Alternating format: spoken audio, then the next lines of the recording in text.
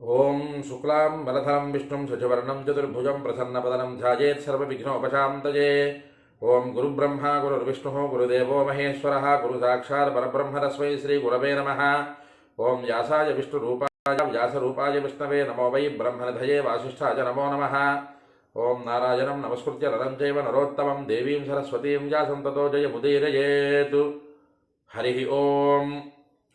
ప్రియ భగవద్బంధువులారా, ఆస్తిక మహాశైలారా, విష్ణు పురాణానికి మనం స్వాగతం పలుకుతూ ఆత్మానం రథనం విద్ధి శరీరం రథమేవతు బుద్ధింతు సారథం విద్ధి మనః ప్రగ్రహమేవచ అనేటటువంటి శ్లోకం ఆధారంగా మన ఆత్మ, మన శరీరము, మన బుద్ధి, మన మనస్సు ఇవి అన్నీ కూడా ఒక రథంలాగా మారితే ఆ రథాన్ని అధిరోహించినటువంటి శ్రీమన్నారాయణుడు మనకి సద్బుద్ధిని సద్గతులను కలుగుజేయుగాక అని మరొక్కసారి మనం స్మరణలోకి తెచ్చుకుంటూ విష్ణు పురాణం 15వ అధ్యాయంలో కండుముని చరిత్ర దగ్గర ఉన్నాం.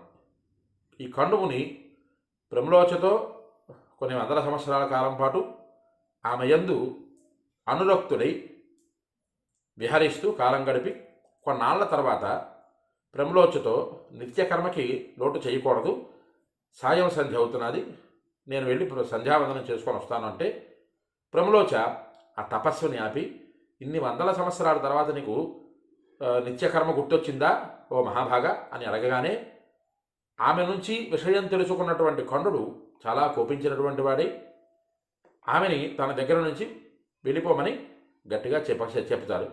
చెప్పిన తర్వాత ఆమె ఆ ఖండు మహాముని తాలూకు కోపానికి భయకంపితురాలై ఆమె శరీరం నుంచి రంధ్రముల నుంచి స్వేద బిందువులు జారుతూ ఉండగా చెట్ల తాలూకు చిగుళ్ళ చివరన ఆ శ్వేత బిందువులను తుడుచుకుంటూ, అంటే చెమట బిందువులను తుడుచుకుంటూ చెట్టు నుంచి చెట్టుకు పాక్కుంటూ ఆమె వెళ్ళిపోయింది ప్రమలోచ. అయితే ఖండుడు ఆ ప్రమలోచ వెళ్ళిన తర్వాత బ్రహ్మపారస్థవము అనేటటువంటి పరమాద్భుతమైనటువంటి స్థవం, అంటే ఒక స్తోత్రం చేసి విష్ణుమూర్తిని పొంది పునర్జన్మరాహిత్యమైనటువంటి కైవల్యాన్ని పొందాడు.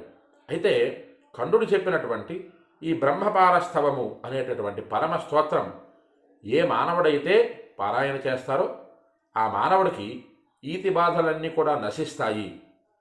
బ్రహ్మమును సర్వాంతర్యామిగా మాంసనేత్రాదులతో చూసినటువంటి ప్రతి ఒక్క ప్రకృతి పదార్థము విష్ణువే, అదే వ్యాప్నోతి ఇది విష్ణువు కదా అని భావించినటువంటి ఆ మానవుడు చక్కగా విష్ణు బలప్రాప్తిని పొందుతారు అన్నది కూడా ఈ పురాణంలో తెలియనట్టుగా చెప్పారు. ఇక్కడ ఈ ఖండుడు చేసినటువంటి పరమాద్భుతమైనటువంటి తపస్సు, ఆ బ్రహ్మపార స్థవము, ఇవి రెండింటి కూడా చూడు ప్రచేతసుడికి వివరించారు. వివరించిన తర్వాత ఈ బ్రహ్మపార స్థవము గురించి ఇంకా తెలుసుకోవాలి అనుకుంటే కిందటి వీడియోలో కిందటి ఘట్టంలో మనం చెప్పుకున్నాం, నిన్నటి వీడియోలో మనం చెప్పుకున్నాం. దాని గురించి అందులో శ్లోకాలు జాగ్రత్తగా చూడండి. ఈ బ్రహ్మపార స్థవం అన్నది ఇప్పుడు దొరికేటటువంటి పుస్తకాల్లో ఎక్కడా ఉండదు.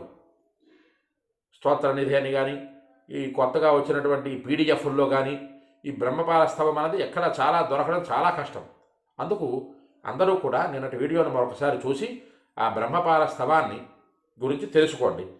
అలాగే ఇక్కడ సోముడు ఇంకా ప్రచేతసుడికి వివరం ఇస్తున్నారు, అది జాగ్రత్తగా గమనించండి అందరూ కూడాను. ఇయంచ మారీష పూర్వమాసీత్ యాతాం బ్రవీమి వహ కార్యగౌరవ మేతస్యాహ కథనే ఫలదాయివ.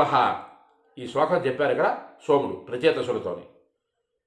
ఈ మారీష పూర్వజన్మలో ఎవరో దానిని మీకు తెలియజేస్తాను, దానివల్ల చేయబోయే కార్యంపై గౌరవము ఏర్పడుతుంది, ఇది మీకు మంచి ఫలితాన్ని ఇస్తుంది అని సోముడు ఆ ప్రచేతసుడికి వివరిస్తున్నారు. చాలామందికి ఈ ఘట్టంలో ఒక అనుమానం వస్తుంది, ప్రచేతసులు 10 మంది కదండి, మారీష ఒక్కతే కదా, ఒక్క ఆడదాన్ని 10 మంది ఎలా వివాహం చేసుకుంటారు? ఇదే అనుమానం మహాభారతంలో ద్రౌపది యందు కూడా కలుగుతుంది. ఒక్క ఆడదాన్ని 5గురు ఎలాగా భార్యగా అంగీకరించారు? దాన్ని సనాతన ధర్మమైనటువంటి ఈ ధర్మం ఎందుకు అంగీకరించింది? ఆవిడ మహాపతివ్రత ద్రౌపది కానీ మారీష కానీ మహాపతివ్రతగా ఎలా కీర్తించబడ్డారు అనేటటువంటి ఒక అనుమానం ఎన్నిసార్లు ఎంతోమంది పెద్దలు నివృత్తి చేసినా సరే అనుమానం మనస్సును దొరిచివేస్తుంది. ఆ రకంగానే ఇక్కడ సోముడు మారీష పూర్వజన్మ వృత్తాంతం గురించి వివరించారు. ఈ పూర్వజన్మ వృత్తాంతంలో మారీష ఎవరు, ఆవిడ ఎలాంటి బాధల నుంచి బయటపడి విష్ణువు పాదాలను పట్టుకొని ఒక విచిత్రమైన కోరిక కోరింది. ఆ విచిత్రమైనటువంటి కోరిక ద్వారా ప్రచేతసులు 10 మంది ఆవిడికి భర్తలు ఎలా అయ్యారు, ఈ 10 మంది భర్తలతో ఆవిడ సంసారం చేసిందా, సంసారం చేసిన తర్వాత దక్షుడు పుట్టాడా, ఇవన్నీ కూడా ఈ ఘట్టంలో ఇంచుమించుగా వచ్చే అవకాశం ఉన్నది. అయితే చాలామందికి ఒక ఒక భయంకరమైనటువంటి ఒక అనుమానం, ఈ అనుమానానికి ఈ ఎదర ఘట్టాల్లో ఒక చక్కనైనటువంటి మార్గోపదేశం చేశారు పరాశరులు వారు. ఆ భయంకరమైన ఘట్టం ఏమిటి, ఆ భయంకరమైనటువంటి అనుమానం ఏమిటి, దాని నుంచి మనం తెలుసుకోవలసినటువంటి విశేషణం ఏమిటి, ఇవన్నీ కూడా ఈ మారీష వృత్తాంతంలో ఆ తర్వాత జరిగేటటువంటి కథాగమనంలో మనకు తెలుస్తాయి. వాటన్నింటినీ కూడా జాగ్రత్తగా అవతరించండి. అలాగే ఇక్కడ ఆ సోముడు మారీష పూర్వజన్మ వృత్తాంతాన్ని తెలుపుతున్నారు. అపుత్ర పరాగీయం విష్ణు మృతే భర్తతి సంపాహ భూపపత్ని మహాభాగ తోషయ మాస భక్తిత. ఇక్కడ ఆ సోముడు ప్రచేతసుల్ని ఉద్దేశించి, ఓ సత్పురుషులారా, పూర్వజన్మలో ఈ జన్మలో ఈమె పేరు మారీష, పూర్వజన్మలో ఈమె ఒక మహారాజుకి ధర్మపత్నిగా ఉన్నది. అయితే సంతానం ప్రసాదించకుండానే ఆ మహారాజు కాలం చేశారు, ఆమె భర్త అదే మహారాజు కాలం చేశారు. అప్పుడు ఈ మహాభాగురాలు మిక్కిలి భక్తితో విష్ణువుని సర్వాంతర్యామిగా భావించి ఆ విష్ణువు కోసం, ఆ విష్ణువుని సంతుష్టి చేయడానికి పూజాది కార్యక్రమాలు ఎన్నింటినో చేసింది అని చెబుతూ, ఆరాధిత స్థయా విష్ణు ప్రాహ ప్రత్యక్షతాం గతః పరం వృణీష్వేతి శుభేశాచ ప్రాహాత్మా వాంఛితం. ఈ మారీష పూర్వజన్మలో ఆరాధించబడ్డ విష్ణువు అక్షిగోచరమయ్యాడు. ఆ విష్ణువు ఆమెకి చక్కగా ఆమె చేసినటువంటి పూజాది కార్యక్రమాలకి, వ్రతాది ఉపవాసాదులన్నింటికి కూడా సంతృష్టి చెందినటువంటి వాడై ఆ విష్ణువు ఆమెకి సాక్షాత్కరించాడు. ఆ ప్రభు ఇలా పలుకుతూ, ఓ కళ్యాణి, నీకు ఏమి వరం కావాలో కోరుకో అని అనగానే ఆమె తన కోరికను విష్ణువుకి ఇలా వెల్లడించింది. చాలా జాగ్రత్తగా ఆలోచన చేయండి. ఒక స్త్రీ, కష్టంలో ఉన్నటువంటి స్త్రీ విష్ణు పాదాల చెంత భక్తిని ఉంచి, తన మనస్సుని ఉంచి లగ్నం చేసి విష్ణువు కోసం చేయవలసినటువంటి పూజాది కార్యక్రమాలు, ఉపవాసాది నియమాలన్నింటినీ కూడా పాటించింది. దేనికోసం పాటించిందో ఆ పరమాత్ముడైనటువంటి విష్ణువు ప్రత్యక్షం కాగానే ఆ మనస్సు తొందరతో తనకుండేటటువంటి బాధలని భగవంతుడి దగ్గర చెప్పుకోవాలనేటటువంటి గాబరాలో ఆ మారీష పూర్వజన్మలో ఉండేటటువంటి ఆవిడ విష్ణువుని ఇలా కోరింది. కోరిక ఏమిటది? భగవన్ బాలవైధవ్యాత్ వృధా జన్మ హవీదృషి మందభాగ్యా సముత్పన్న విఫలాచ జగత్పతే అని ఇలా ఆవిడ తాలూకా గోడుని, ఆవిడ తాలూకా బాధని విష్ణువుకి వ్యక్తపరుస్తున్నది. భగవంతుడికి తెలియదా ఆవిడ బాధ? భగవంతుడికి ప్రత్యేకంగా చెప్పాలా ఆవిడ బాధ? కాకపోతే ఆయన అడిగారు కదా, విష్ణువు ఆ మారీషకి అడిగారు కదా, అడిగిన తర్వాత ఆమె బాధని భగవంతుడితో ఎలా వ్యక్తపరుస్తున్నారో ఇక్కడ చూడండి. స్వామి పరమేశ్వర శ్రీమన్నారాయణ జగద్రక్షక, నన్ను అనుగ్రహించు. ఈ బాలవైధవ్యం వల్ల నా జన్మ ఇలా నష్టపోయింది. జగన్నాథ, నేను మందభాగ్యురాలనైతిని. ఏ ఫలితాన్ని అందియని సంతాన విహీరురాలని ఈ జన్మ నాకు వచ్చింది.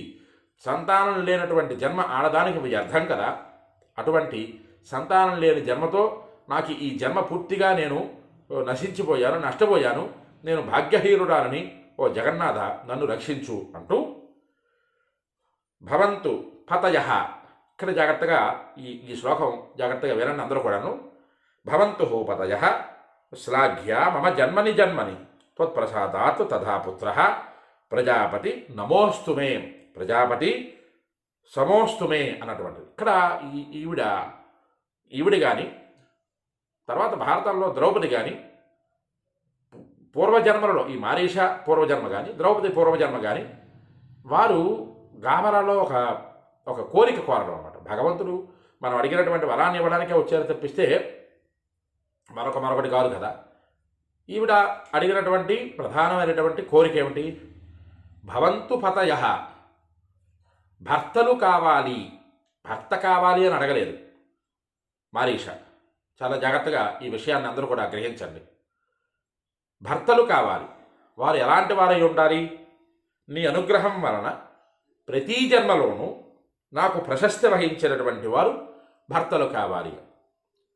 నాకు ఎన్ని జన్మలైతే ఇంకా ఉన్నాయో అన్ని జన్మల యందు చాలా గొప్పవారైనటువంటి వారు భర్తలు కావాలి అని ఆవిడ అడిగింది. ఇందులో భగవంతుడి తాలూకా సంకల్పం ఒకటి ఉంది. అది ఏమిటన్నది మనం వచ్చేటటువంటి ఎదర ఘట్టాల్లో చెప్పుకుందాం. నాకు ప్రశస్తి వహించినటువంటి వారు భర్తలు కావాలి. అదేవిధంగా ప్రజాపతితో సమానమైనటువంటి కుమారుడు నాకు జన్మించాలి అని ఆమె కోరింది. ఎవరు? మారీష పూర్వజన్మలో. అలాగే ద్రౌపది కూడా పూర్వజన్మ వృత్తాంతంలో భర్త ఉన్నా సరే భర్తకి ఉండేటటువంటి కుష్ఠిరోగం వలన ఆమె బాధపడుతూ ఆమె అయ్యో భర్త నాకు కుష్టివాడు దొరకాడే, ఆయన్ని నేను ఎలా అనుగమించాలి అనేటటువంటి బాధ లేకుండా ధర్మపత్నిగా ధర్మబద్ధమైనటువంటి జీవనాన్ని ఆయనతో సాగిస్తూ భర్త అయినటువంటి కుష్ఠిరోగి అయినటువంటి ఆయన మహాభాగుడు, మహాతపశ్శక్తి సంపన్నుడు. ఆయనని అనుగమించింది. ఆయన అనుగ్రహం వలనే ఆవిడ వచ్చేటటువంటి జన్మలలో ఆయన అనుగ్రహం చేత తర్వాత ఆవిడ కోరవలసిన కోరిక భర్తకి కోరింది. ఆ భర్త కోరిన తర్వాత భర్త చక్కగా కుష్ఠిరోగాన్ని నిర్ముక్తం చేసేసుకొని ప్రహృష్టమైనటువంటి శరీరంతో, అద్భుతమైనటువంటి శరీరంతో చక్కగా దంపతులిద్దరూ కూడా సంసారాన్ని సాగిస్తూ ఉండగా మధ్యలోనే ఆయన చనిపోవడము, ఆయన జన్మ పూర్తి చేసుకోవడము, తర్వాత ఈవిడ ద్రౌపది పూర్వజన్మలో మళ్ళా భగవంతుడైనటువంటి పరమేశ్వరుడు కోసం తపస్సు చేయడము, ఆవిడ కూడా భర్తలు నాకు కావాలి అని అడగడము, అడిగిన తర్వాత ఆ పరమేశ్వరుడు నీకు వచ్చేటటువంటి జన్మలో 5 భర్తలు, ఇంద్రుడి తాలూకా అంశలు పాండవులుగా జన్మించి, ఇంద్రుడి తాలూకా అంశ 5 రకాలుగా పాండవులుగా జన్మించి నీకు భర్తలు అవుతారనడము, ఇవి అన్నీ కూడా మనకి వ్యాస భారతంలో ఉంటుంది. అది చెప్పేటప్పుడు మనం తెలుసుకుందాం. కానీ ఇక్కడ ఈ మారీష పూర్వజన్మలో ప్రశస్తమైనటువంటి వారు నాకు భర్తలు కావాలి, ప్రజాపతి సమానమైనటువంటి వాడు కుమారుడిగా నాకు పుట్టాలి అని అడుగుతూ ఆవిడ ఇక్కడ మనలో 2 శ్లోకాలు చెబుతుంది, అధిక శ్లోకాలు. రూపసముత్పన్న మాయుక్త సర్వస్య ప్రియదర్శన అయోనిజాచ జయజయం త్వత్ప్రసాదాద్ అధోక్షజ కులం శీలం వయ సత్యం దాక్షిణ్యం క్షిప్రకారిత అవి సంవాదిత సత్వం వృద్ధసేవ కృతజ్ఞత. ఈ 2 శ్లోకాలు ఇక్కడ మారీష పూర్వజన్మలో శ్రీ మహావిష్ణువుని శ్రీమన్నారాయణుని అడుగుతుంది. ఏమిటని?